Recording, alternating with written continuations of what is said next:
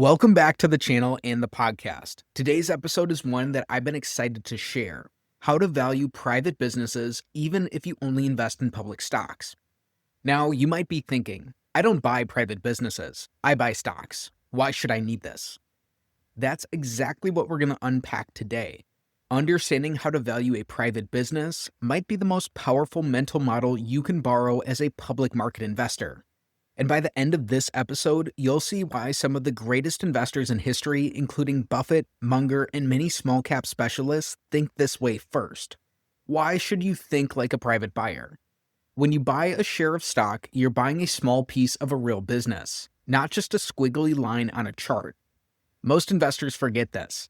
They think of a stock as a lottery ticket or a day-to-day trading vehicle. But when you look at it as buying an entire business, as if you were acquiring the whole thing yourself, your entire perspective shifts. Warren Buffett often says that I'm 85% Benjamin Graham and 15% Phil Fisher. Graham taught him the importance of a margin of safety, while Fisher taught him to think about businesses like a long-term owner, something Graham emphasized as well. Buffett likes to imagine that he's buying 100% of a company even if he's only buying a single share. If you had to buy the entire business, would you still pay that price? Would you be excited to operate it, own it, and get all the cash flows, not just hope for a price bump? When private investors or entrepreneurs look at a business, they ask different questions. How much cash does it generate? How stable and predictable is that cash flow? What kind of moats protect it from competitors? Who's running the business and what are their incentives? Public market investors should be asking the exact same questions, but often they don't. The framework is to value cash flows over quotes. Let's talk about valuation basics for a private business. When you value a private business, you can't rely on daily stock quote to tell you what it's worth. There's no market constantly shouting prices at you. So you have to start with cash flow. Private business owners care about how much cash they can take home after paying expenses, investing in the business, and covering taxes. This is sometimes called owner earnings, a term popularized by Buffett. Here's a simple breakdown. 1. Start with net income. 2. Add back non-cash charges like depreciation and amortization. 3. Subtract necessary capital expenditures, not but what you really need to keep the business competitive. 4. Adjust for working capital needs. The result? A rough estimate of the cash you as the owner could take out without hurting the business's future. From there, you think about what multiple you'd be willing to pay on those owner earnings. If a business generates $1 million in true free cash flow and you're comfortable with a 10x multiple, then that implies a $10 million valuation. But here's the key. Private business buyers usually want a margin of safety. They aren't looking for maximum opportunism or pricing in heroic growth situations. They want conservatism. Now here's where you need to understand private business discounts and multiples. Private businesses almost always trade at a discount compared to public companies. Why? There are a few reasons. 1 is lack of liquidity. You can't just hit a button to buy and sell. 2 is a concentration risk. Your wealth is often tied up in just one or maybe two businesses. 3, there's less transparency. There are no SEC filings or market analysts covering these types of businesses.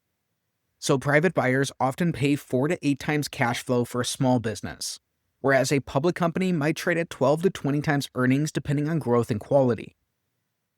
This conservatism forces you to think carefully.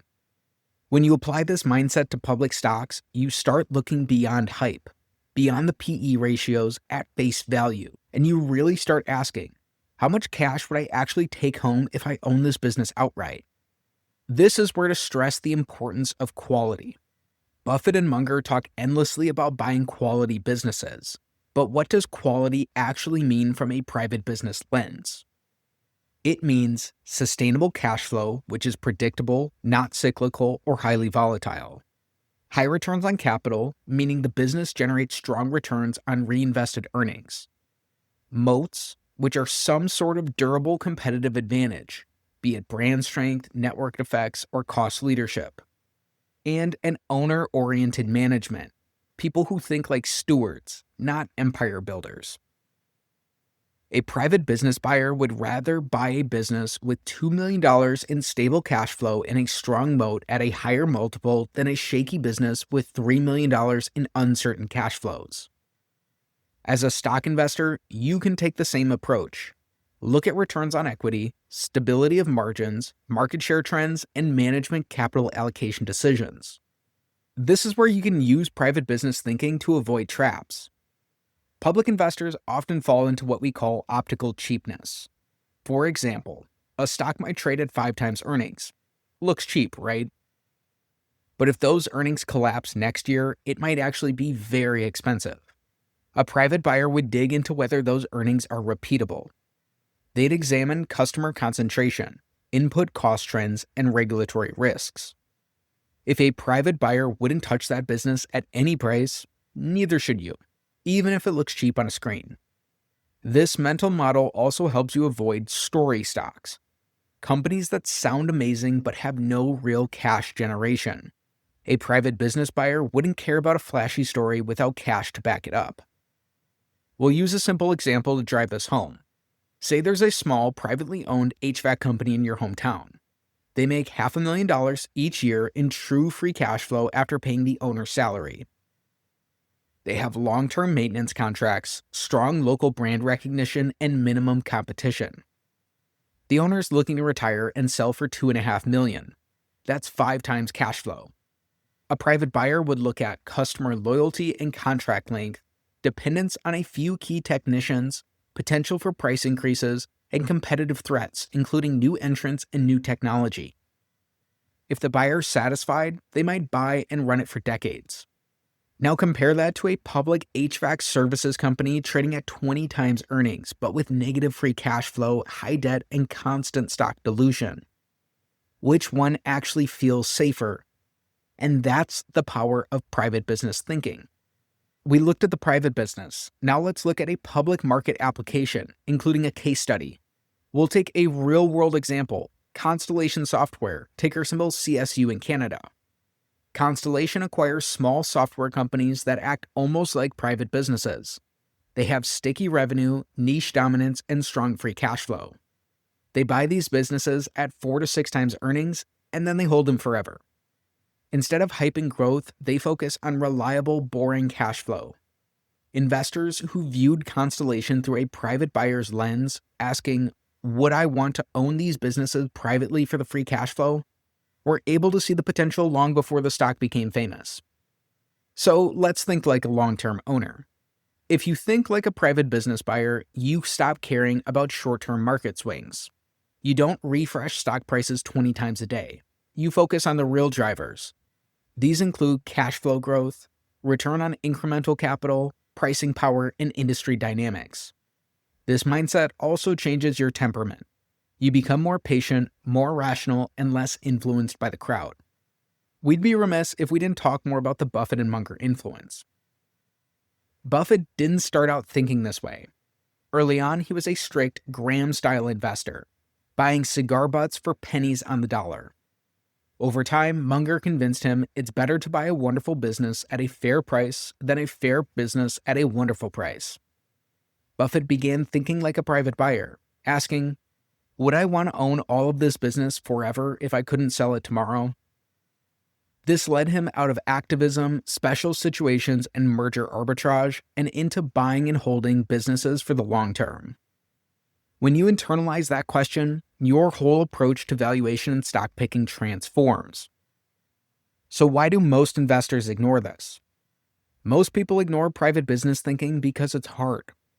It requires reading annual reports, talking to management if possible, studying the industry, and thinking long term. It's easier to chase hot stocks, look at price charts, and watch endless prediction videos on YouTube. But if you want to build real wealth over time, there's no substitute for thinking like an owner. So what can you do to start? Here are 3 actions. Number 1, pick a stock you own and imagine you're buying the whole company. Would you still be comfortable?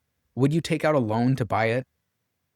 Number 2, build a simple owner earnings model. You don't need a complex spreadsheet. Just estimate cash flow as if you were the sole owner. Number 3, research private business sales in similar industries. Look at actual transaction multiples. Sites like BizBuySell show small business listings with asking prices and cash flows. Valuing private businesses might still seem like a niche skill, but it's one of the most powerful ways to become a better investor in public markets. It forces you to focus on cash flow, quality, and durability rather than price quotes, hype, and short-term movements. If you enjoyed this episode, hit subscribe, leave a review, or share with a friend who's stuck refreshing their brokerage app every 5 minutes. And if you're watching on YouTube, drop a comment below. What business would you buy and own forever if you could? Thanks for spending your time with me today. Remember, investing is simple, but it's not easy, and that's why it works. Until next time, think like an owner and invest with patience.